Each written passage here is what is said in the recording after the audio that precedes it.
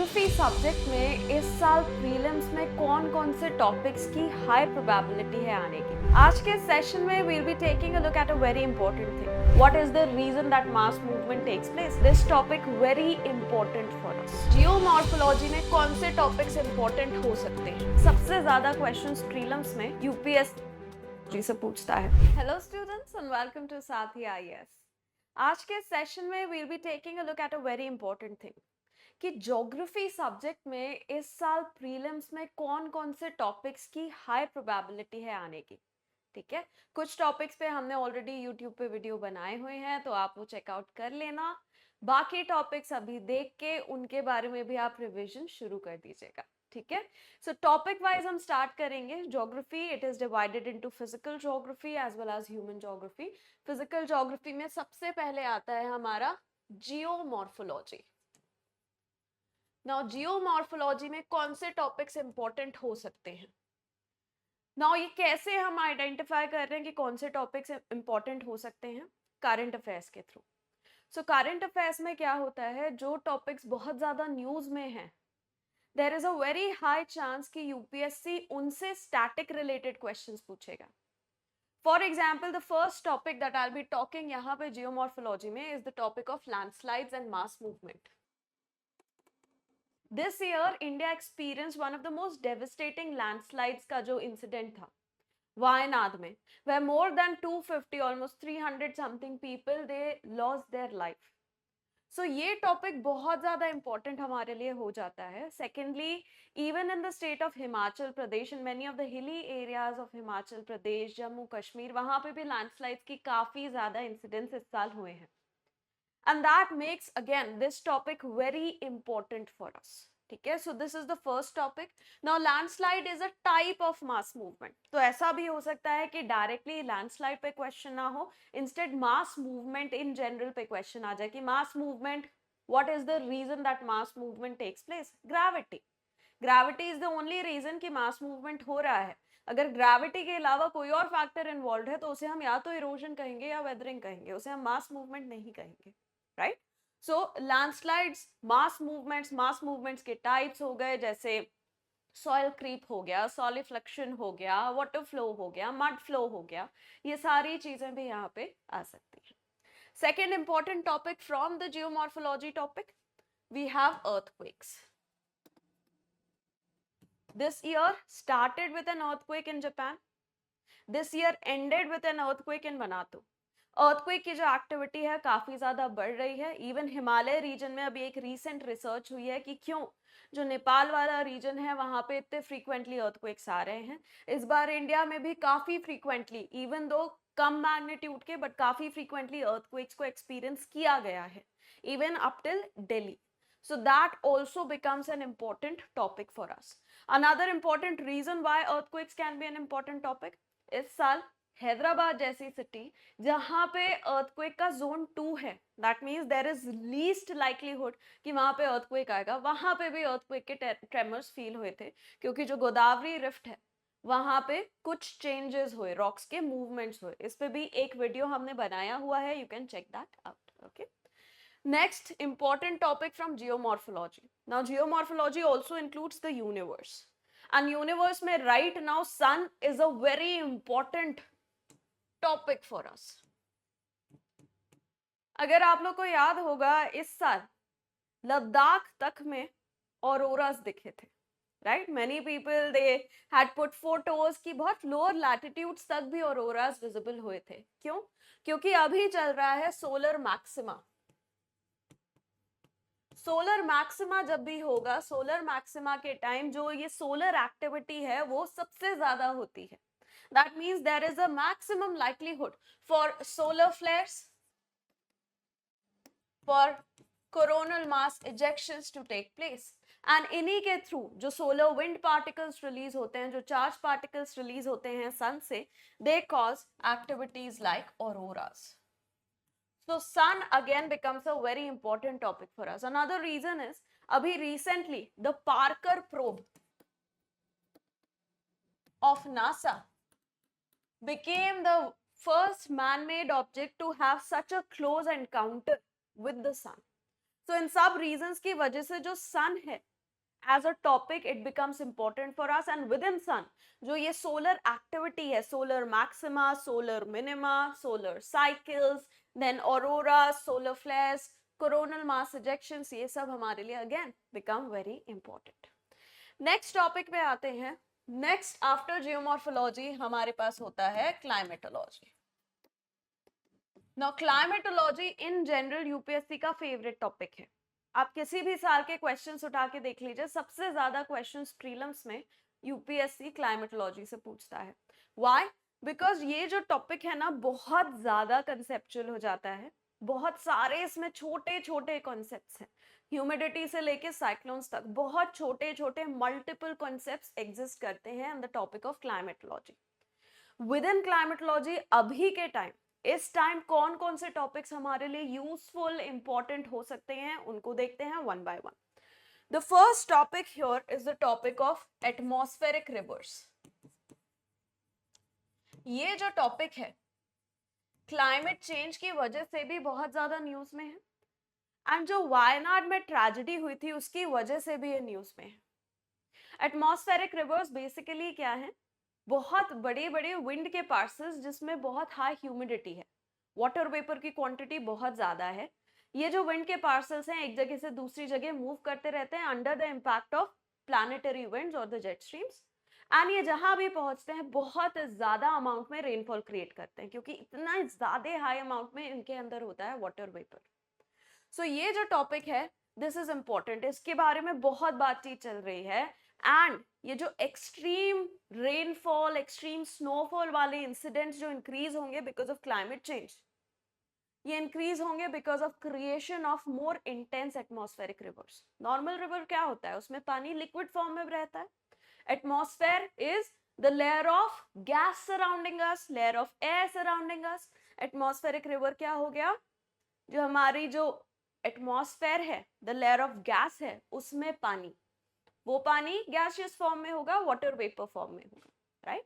So these are atmospheric rivers. सो ये topic काफी ज्यादा न्यूज में रहा है, चांसेस हैं कि इससे क्वेश्चंस आ सकते हैं. नेक्स्ट टॉपिक के बारे में हम बात करते हैं क्रायोस्फेयर. Cryosphere is what?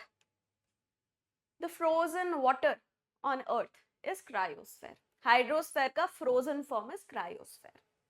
जो हमारी आइस कैप्स हो गए, जो हमारे ग्लेशियर्स हो गए, ये सब are a part of cryosphere. Now cryosphere इस वजह से ज्यादा इंपॉर्टेंट है क्योंकि again because of climate change cryosphere melting काफी इंटेंस लेवल्स पे हो रही है. जो अंटार्कटिका है, इस साल अंटार्कटिका में हीट वेव्स आई, वेरी इंटेंस हीट वेव्स.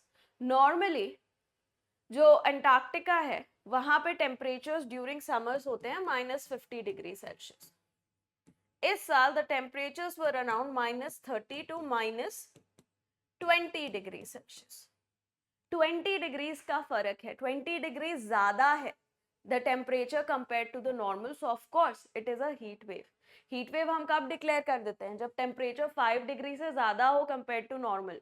यहाँ पे temperature was 20 degree higher compare to the normal. Apart from that Arctic की अगर हम बात करें, आर्कटिक में there is something known as Arctic amplification that is going on. That means जो आर्कटिक वाला रीजन है it is heating up at a rate much faster compared to the rest of the earth. So इस सब reason की वजह से जो cryosphere है it is under a lot of threat. Moreover अभी recently studies की गई थी and उनसे हमें पता चला कि ये क्रायोस्फेयर मेल्टिंग अगर होगी ना, this will release large numbers of bacteria, virus, fungi, protozoa, all kinds of pathogens. Tibet में because of the melting of ice almost 1500 new varieties of such pathogens they might be released in the atmosphere. So cryosphere becomes important for us for this reason as well. Glaciers are melting at a faster rate. जो low lying areas हैं they'll get inundated, they'll get flooded, right? Over time glaciers melt हो गए. अब जो perennial rivers थे जैसे India में है Ganga river, Yamuna river, Brahmaputra river, ये सारी रिवर्स के सोर्स सूख गए, ये मेल्ट हो गए, तो क्या होगा? इन रिवर्स में पानी चला जाएगा, वाटर इनसिक्योरिटी बढ़ जाएगी. ठीक है. So cryosphere the second important topic from climatology. इसके बाद the next important topic from here is the topic of jet streams. Again climate change की वजह से जो हमारी जेट स्ट्रीम्स हैं, they are moving at a very wavy manner. ये normally ऐसे मूव जो इनको करना था, ये अब बहुत वेवी मैनर में मूव कर रहे हैं. उस वजह से they are causing very different types of weather effectivities in all the regions.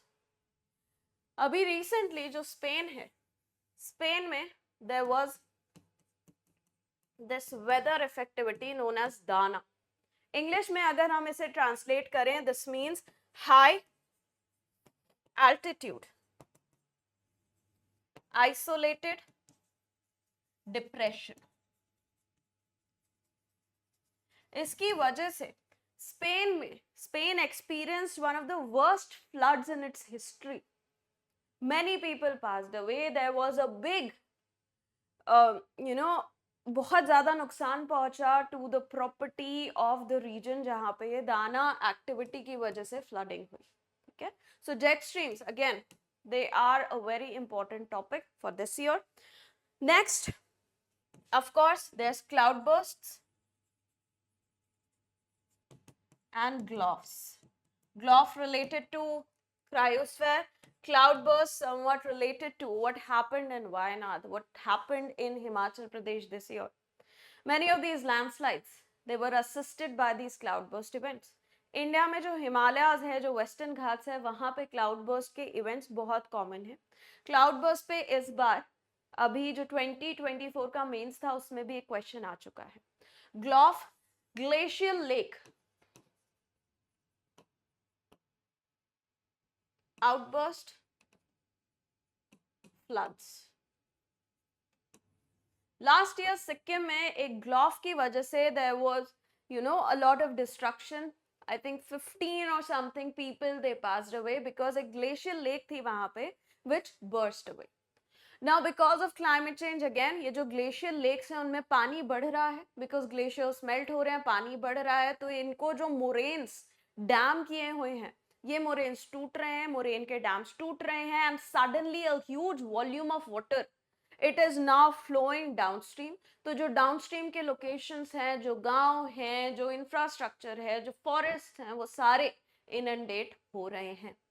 ये GLOF events these are going to increase further because of climate change. अभी लास्ट वीक एक स्टडी हुई है in the Himalayan region which has said that there are multiple such lakes that are present in the Himalayan region which can in the next few years cause GLOF events. ठीक है.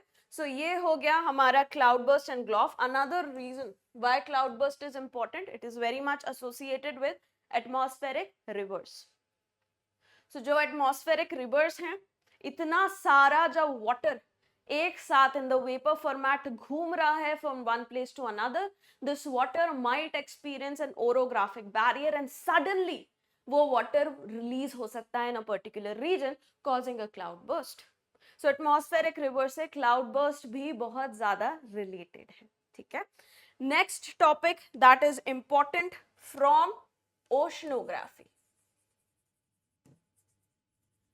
Oceanography में सबसे ज्यादा important topic इस साल है ENSO, El Nino southern oscillation. last to last year 2023 was a El Nino year and there were predictions कि 2024 में by the month of April ला नीना आ जाएगा. ला नीना आ जाएगा एंड इंडिया में बहुत ज्यादा रेनफॉल होगी. ये प्रिडिक्शंस थे. प्रिडिक्शंस हमने किए कि अप्रैल में आ जाएगा, बट वो प्रिडिक्शंस फेल हो गए. फिर हमने प्रिडिक्ट किया कि अच्छा सितंबर तक, अगस्त सितंबर तक आ जाना चाहिए इसको. This also failed, it didn't come. अब हमारा प्रिडिक्शन है कि शायद इस साल हमारा ला नीना आ जाना चाहिए, but again we do not know the exact date और the exact time when La Nina will arrive. जो हमारे जो क्लाइमेट के मॉडल्स हैं, ओशंस के मॉडल्स हैं, ये सारे बहुत ही फजी हो गए हैं because of climate change. Climate change it is happening at such a fast rate कि हमारे जो कन्वेंशनल मॉडल्स हैं they are not working any more, they are failing now. ठीक है. So ENSO is important. ENSO से related there is another event known as Atlantic Nina, जिस type Pacific में जो ये एल नीनो ला नीना होता है, वैसे ही अटलांटिक में भी ये होता है, अटलांटिक नीना। ये क्यों इंपॉर्टेंट है? दिस लास्ट ईयर 2024 में Brazil and most of the parts of South America, it experienced a very bad drought. One of the worst droughts to hit the region in many years.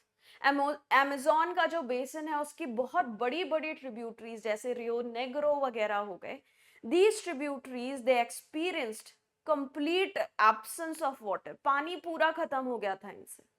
So this was one of the worst droughts. इस drought की वजह से there was a lot of forest fires that were experienced in the Amazonian rainforest as well, which further add to what? Climate change. हमारा carbon sink जल रहा है, carbon sink जल रहा है, उससे कार्बन डाइऑक्साइड रिलीज हो रही है और ज्यादा ग्लोबल वार्मिंग होगी. सो डबल मैनर में डबल जेपार्डी. एक तो हमारा कार्बन सिंक चला गया, सेकेंड हमारी कार्बन डाइऑक्साइड रिलीज हो गई. Okay, so this again is an important topic, Atlantic Nina. इसी से रिलेटेड एक और टॉपिक है known as AMOC, Atlantic Meridional Ocean Circulation. There were many research papers that were published this year related to AMOC. Why? Because AMOC weak हो रहा है. AMOC की weakening की वजह से जो हमारा यूरोपियन वाला रीजन है, it will experience very intense winters. जो हमारा नदर्न अटलांटिक है वहां पे सारे जो करंट्स के मूवमेंट्स हैं वो चेंज हो सकते हैं. सो AMOC, Atlantic Meridional Ocean Circulation, it includes a surface part, it includes a deep water circulation part as well. ठीक है, तो AMOC के बारे में आप अच्छे से पढ़ लेना. इनफैक्ट ये जो टॉपिक है काफी साल से प्रिडिक्शंस हो रहे हैं कि ये टॉपिक आएगा. अभी तक यूपीएससी ने नहीं पूछा था, बट इस साल इसकी इंपॉर्टेंस बहुत ज्यादा बढ़ गई है, तो there are a lot of chances कि यूपीएससी might ask about it. ठीक है, नेक्स्ट ओशनोग्राफी में एक और बहुत important topic, second important topic, the topic of corals, corals and coral bleaching. ये टॉपिक हमारे लिए क्यों इंपॉर्टेंट है? इस साल coral bleaching events they were huge, they were detected in many locations ranging from the Great Barrier Reef of the coast of Australia to corals in Lakshadweep. हमारे ही जो corals हैं वहां पे भी bleaching events detect हुए. Almost 400 years में इस साल जो ocean का temperature था, it was the highest. Again, why? Because of climate change. जो majority heat generate हो रही है, जो extra heat है in the atmosphere because of presence of the greenhouse gases, majority of this heat is being absorbed by the oceans. क्यों? Because पानी का specific heat बहुत ज़्यादा है, वो बहुत सारा heat absorb कर सकता है. And because of that 400 years में सबसे ज़्यादा गर्म है हमारे oceans right now. And that again adds to the event of coral bleaching. So this is another very important topic, काफ़ी news में रहा है इस साल. Next important topic ocean से है oceanic resources. There are two reasons why this topic is important. The first reason is the discovery of dark oxygen. अभी तक हमको लगता था कि बस जो हमारे ऑटोट्रॉफ्स हैं, जो हमारे ग्रीन प्लांट्स हैं, एल्गे वगैरह हैं, under the impact of photosynthesis they are able to generate or produce oxygen. So हमें लगता था कि बस यही एक तरीका है नेचुरली कि ऑक्सीजन जनरेट हो सकता है. बट इवेंचुअली डिस्कवरी ये की गई कि हमारे जो ओशन के बेड्स हैं वहां पे there is something known as polymetallic nodules. Polymetallic मतलब बहुत सारे डिफरेंट मेटल से बने हैं. निकल, कोबाल्ट, जिंक, गोल्ड, सिल्वर, बहुत सारे डिफरेंट मेटल्स हैं पॉलीमेटेलिक नोड्यूल्स में. नोड्यूल्स मतलब पोटैटो की जगह की तरह ऐसे ग्लोब्यूल्स, चंक्स वगैरह हैं जो हमारे ओशन का जो बेस है वहां पे ऐसे एक दूसरे के साथ बैठे हुए हैं. नाउ क्या हो रहा है दैट ये जो पॉलीमेटेलिक नोड्यूल्स हैं ये क्योंकि एक दूसरे के साथ कांटेक्ट में हैं, they act like a very big battery, एक बड़ी सी बैटरी की तरह ये एक्ट करते हैं. They produce some power and इस पावर से हो रहा है ओशनिक वाटर का इलेक्ट्रोलिसिस. इलेक्ट्रोलिसिस में क्या होता है, जो हमारा ओशनिक वाटर होता है, it gets divided into its components. So यहां से इन पॉलीमेटलिक नोड्यूल्स के एक्शन की वजह से जो हमारे ओशनिक बॉटम्स हैं वहां पे ऑक्सीजन रिलीज हो रही है, and that is what is sustaining जो हमारे डीप ओशनिक लाइफ है, एक्वेटिक लाइफ है उसको. But polymetallic nodules are very much essential for us as well. जैसे जैसे हमारी टेक्नोलॉजी बढ़ रही है, हमें ग्रीन टेक्नोलॉजी अडॉप्ट करनी है, फॉसिल फ्यूल्स पे रिलायंस कम करना है, तो ये पॉलीमेटलिक नोड्यूल से जो मेटल्स निकलते हैं ये हमारे लिए बहुत इंपॉर्टेंट हो जाते हैं बैटरीज बनाने के लिए, क्लीन टेक्नोलॉजी बनाने के लिए, डिफेंस टेक्नोलॉजी में एंड सो ऑन. सो बहुत सारे एफर्ट्स चल रहे हैं कि इन नोड्यूल्स को हमें ओशन से लेके आना है, माइनिंग करनी है इनकी. बट अगर आपने माइनिंग की, यहाँ पे ऑक्सीजन प्रोडक्शन बंद हो जाएगा एंड वहाँ की जो लाइफ है, ओशन बॉटम की जो लाइफ है, that will die off and that will have a huge impact on the entire global ecosystems. ठीक है. Second reason why oceanic resources were in news is that India जो है, India is also trying to get license from the International Seabed Authority for mining activities in certain parts of Indian Ocean. We have talked about it, जो critical minerals का mineral mission का एक video है, you can check it out on our YouTube channel. वहाँ पे we have talked about where all India is trying to get the permission from ISA for deep sea mining. India का खुद का deep sea mission Samudrayaan, हम उस पे भी work कर रहे हैं. ठीक है. मत्स्य 6000 करके एक हमने डीप सी सबमर्सिबल व्हीकल भी बनाया है जो 6000 मीटर की डेप्थ तक जाके वहां पे एक्सप्लोरेशन कर सकता है. So again, that makes this particular topic important from geography. इसके बाद स्पेसिफिक टू इंडिया, यहाँ पे भी बहुत सारे टॉपिक्स थे, क्लाउड बर्स्ट वगैरह जो इंडिया स्पेसिफिक थे ही, but specific to India, Indian geography की अगर हम बात करें, there is one topic that is very important, that is the forest resources of India. ये टॉपिक क्यों इंपॉर्टेंट है? Because the India state of forest report was released in December 2024. ये वर्जन है ISFR 2023 and it was released in December 2024 after a delay of almost 1 year. So that's why ये जो हमारा topic है forest resources of India, that also becomes extremely important. आगे बढ़ते हैं, human geography पे आते हैं. ह्यूमन ज्योग्राफी में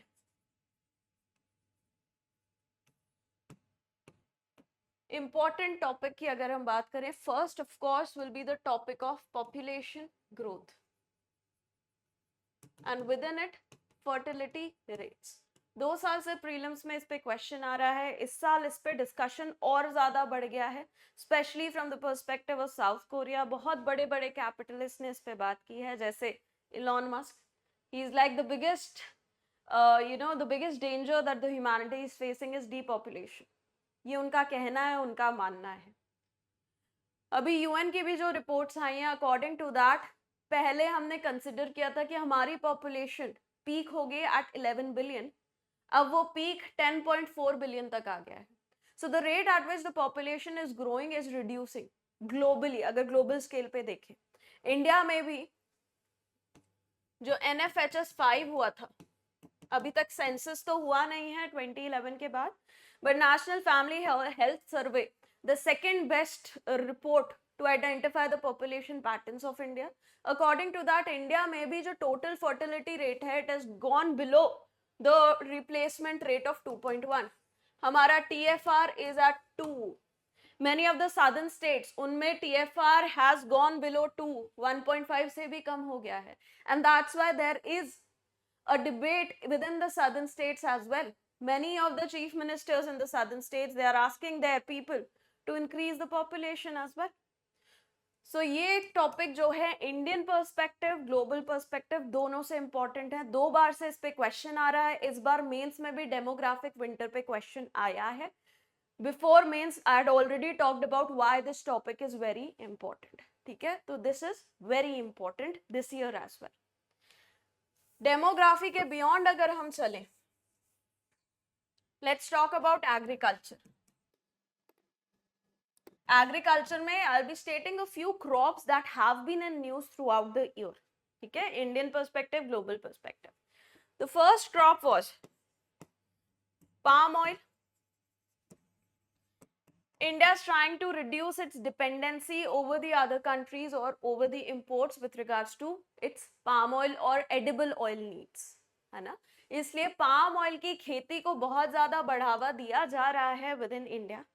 Many of the southern states as well as northeastern states, they have started to adopt palm oil cultivation. ठीक है, first is this crop. Second crop cocoa. इस पे लास्ट ईयर क्वेश्चन आया था. इस साल कम चांसेस है कि आएगा, but still this is important. Why? Because global cocoa production is declining. इसकी वजह से जो ग्लोबल चॉकलेट इंडस्ट्री है उस पर एक बहुत बड़ा क्वेश्चन मार्क लग गया है. And eight the same time India में भी कोकोआ प्रोडक्शन पे अब जोर दिया जा रहा है. And many of the farmers they have started to adopt cocoa production. इस वजह से India in the future, in the upcoming years, क्योंकि जो ट्रेडिशनल रीजन्स हैं वहां पे कोकोआ कल्टिवेशन और cocoa productivity is declining, India can fill in that gap in the upcoming few years. So cocoa, both global perspective, Indian perspective. Third important crop that we have is that of cashew. इस साल cashew production भी बहुत कम हुआ था and government of India ने special कुछ scheme start की हैं to incentivise cashew production in the country. ठीक है, लैटराइट सॉइल में प्रोड्यूस होते हैं दोनों ही. Next important crop that we had was that of cardamom. Cardamom production has declined by almost 40% in India. मजे की बात यह है, मजे की तो क्या, दुख की बात यह है कि कार्डमम प्रोडक्शन तो डिक्लाइन हुआ है, but at the same time जो कार्डमम के ग्लोबल प्राइसेस हैं वो भी डिक्लाइन हो गए हैं. And that is something very rare. Economy में डिमांड सप्लाई कर्व्स आपने पढ़ा होगा, यूजुअली सप्लाई कम होती है तो प्राइस बढ़ता है चीजों का. यहाँ पे एक काउंटर इंट्यूटिव चीज चल रही है. So इसकी वजह से again government is incentivizing cardamom production as well. Next crop that was in news was the crop of rubber. इस पे भी previously question आ चुका है 2023 में. रबर क्यों न्यूज में था? पूरे साल ही न्यूज में था. इनिशियली क्या हुआ, रबर के प्राइसेस बढ़ गए क्योंकि रबर का ग्लोबल प्रोडक्शन कम था, तो हमने भी प्रोडक्शन बढ़ा लिया. देन सडनली रबर प्राइसेस बहुत तेज डिक्लाइन होने लग गए. सो फार्मर्स को बहुत ज्यादा नुकसान हुआ है. Next crop that was in news was bamboo. Now bamboo multiple reasons की वजह से न्यूज में है. नीति आयोग ने लास्ट ईयर 2024 में नीति आयोग ने एक रिपोर्ट रिलीज की थी where bamboo was called the green gold. And कैसे bamboo can help some of the less developed regions of India to develop themselves. लोगों को एम्प्लॉयमेंट मिलेगा, फार्मर्स को अच्छे पैसे मिलेंगे, ओवरऑल डेवलपमेंट रीजन का होगा. ठीक है, so bamboo was very much in news. Another reason why bamboo was in news because India state of forest report जो 2023 आई है उसमें अलग से बैम्बू का भी असेसमेंट किया गया है इस बार for the very first time separately. ठीक है, सो ये हो गया agricultural related topics from human geography. Next अगर हम रिसोर्सेस की बात करें, रिसोर्सेस में the first important one is the critical minerals. India is going to start the critical minerals mission this year. इस साल ये मिशन स्टार्ट हो जाएगा. हमने ऑलरेडी एक जेवी जॉइंट वेंचर दैट इज काबिल बनाया हुआ है to explore critical minerals outside India. Domestically हमने इन पे बहुत फोकस करना शुरू कर दिया है. We have started auctioning the mines, increasing the surveys, the geological surveys to detect these minerals. ये बहुत ज़्यादा इंपॉर्टेंट है for the economy, specially in the future. अगर हमको semiconductors, clean technology, space technology में लीडर बनना है, क्रिटिकल मिनरल्स हमारे लिए बहुत इंपॉर्टेंट है. एंड स्पेसिफिकली इस साल कौन से क्रिटिकल मिनरल्स बहुत ज्यादा न्यूज में रहे उनको हम देख लेते हैं. Of course the first one is lithium. Lithium ion batteries, they are used not just in electric vehicles, they are also very much used for renewable energy technologies. जो सन है, विंड है, इंटरमिटेंट है, सुबह के टाइम सन से आपने energy ले ली बट उतनी एनर्जी अगर यूज ही नहीं होनी तो वो वेस्ट हो जाएगी. तो instead you store them in these batteries and use them at the night time. Wind तेज चल रही है, एक्स्ट्रा पावर बन गया, उसको स्टोर कर लिया, जब विंड धीमी चल रही है तब उसको यूज कर लिया.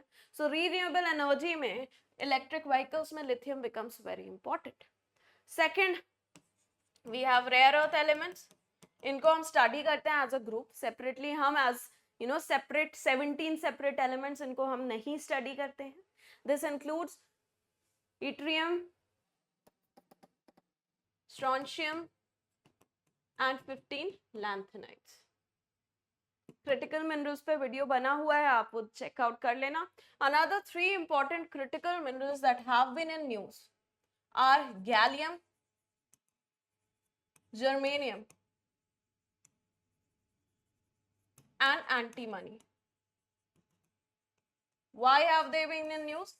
चाइना इनका बिगेस्ट प्रोड्यूसर है, बट अभी रिसेंटली जो चाइना है उनने इन तीनों के एक्सपोर्ट पे बैन्स लगा दिए हैं, एक्सपोर्ट कंट्रोल कर दिया है ताकि बाकी कंट्रीज इनका एक्सेस ना कर पाए, वो उतनी तेजी से ना डेवलप हो पाए जितनी तेजी से चाइना हो रहा है. ठीक है.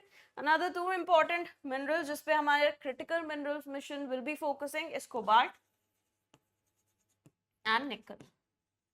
So amongst the critical minerals ये सारे important हमारे लिए हो जाते हैं. इनके बारे में आप पढ़ के रखना, स्पेशली ये कहाँ कहाँ मिलते हैं, कौन बिगेस्ट प्रोड्यूसर है and so on. Okay.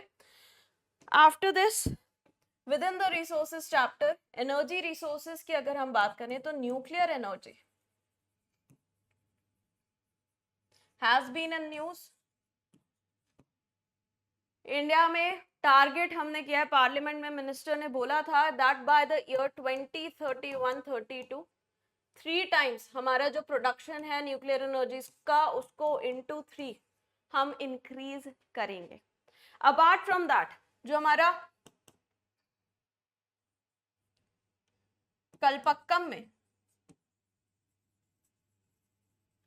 Advanced fast breeder reactor जो बना हुआ है, जो second stage of nuclear energy, जो हमारा न्यूक्लियर प्रोग्राम है उसके सेकेंड स्टेज को फुलफिल करता है, फास्ट ब्रीडर रिएक्टर, उसको नॉड मिला एटॉमिक एनर्जी रेगुलेटरी बोर्ड का कि हाँ आप इसमें न्यूक्लियर फ्यूल डाल दो, इसकी वर्किंग स्टार्ट कर दो. So that was another reason why nuclear energy was in news. And अभी कल की ही न्यूज मैंने पढ़ी that India is now inviting private sector to establish nuclear energy plants.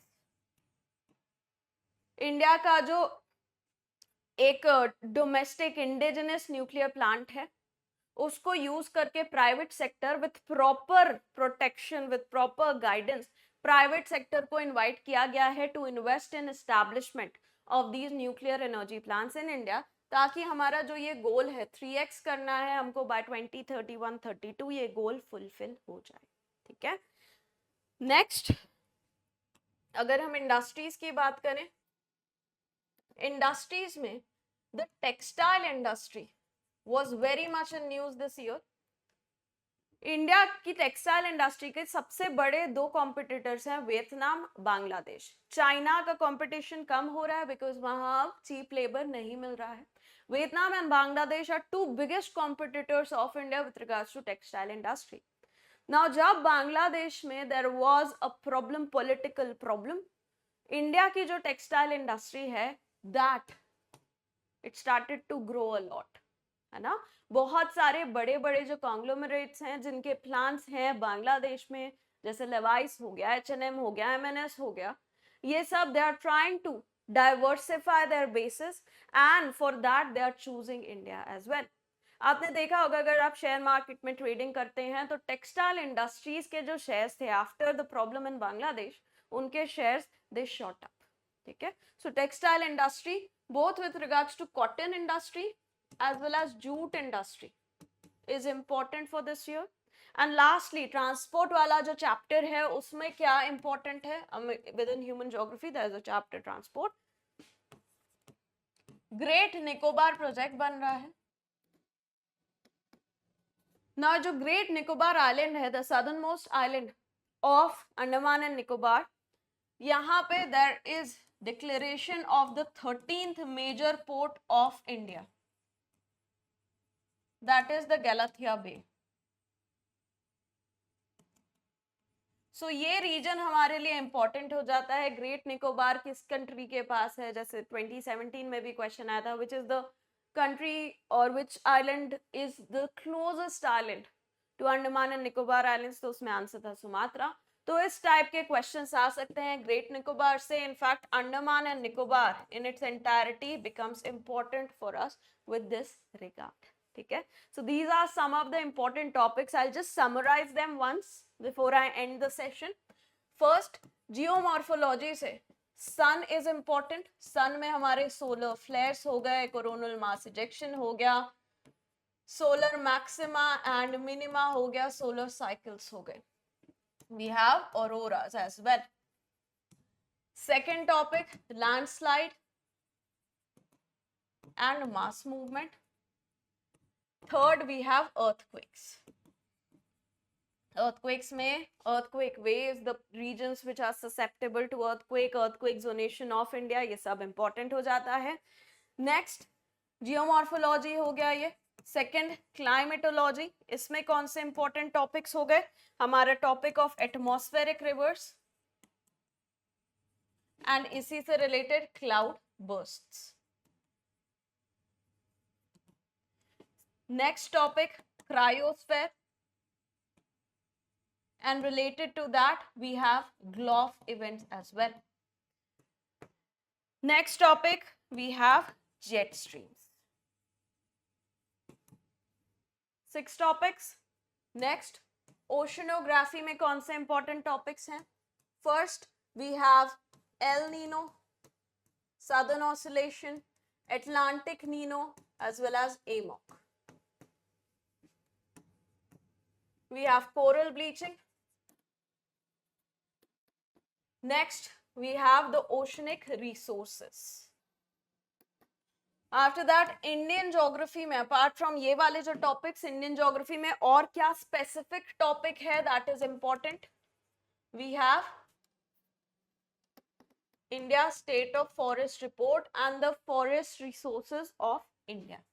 Next, let's come to human geography. First, population. Important topic, especially the declining TFR in the world.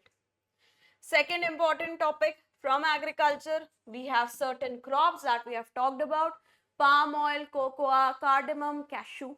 We have crops like rubber, like bamboo, and so on. Then, after agriculture, amongst resources, critical metals, critical minerals, and nuclear energy. Within the chapter of industries, textile industry becomes important for us. इसको थोड़ा economy में textiles related, textile जो industry है उससे related to schemes वगैरह भी पढ़ाई जाएंगे, आपको पढ़ाई गई होंगी, आपको उनको भी आप देख लेना. And finally, we have the Great Nicobar project, जिसमें हमारा गैलेथिया बे major port आता है, and in general the location of this particular region. ठीक है, so these are the 15 important topics from geography. इन पे आप फोकस करिएगा अच्छे से, क्योंकि ये काफी न्यूज में रहे हैं. बहुत इंटेंस रिसर्च के बाद I have come to conclusion कि ये टॉपिक्स काफी ज्यादा इंपॉर्टेंट होने वाले हैं. ठीक है, तो फोकस ऑन देम. इनसे रिलेटेड जो स्टैटिक पोर्शन है उस पर बहुत फोकस करना, उसको बहुत अच्छे से पढ़ना. ठीक है, so that's it from my side. Thank you so much all of you and all the very best for your preparation.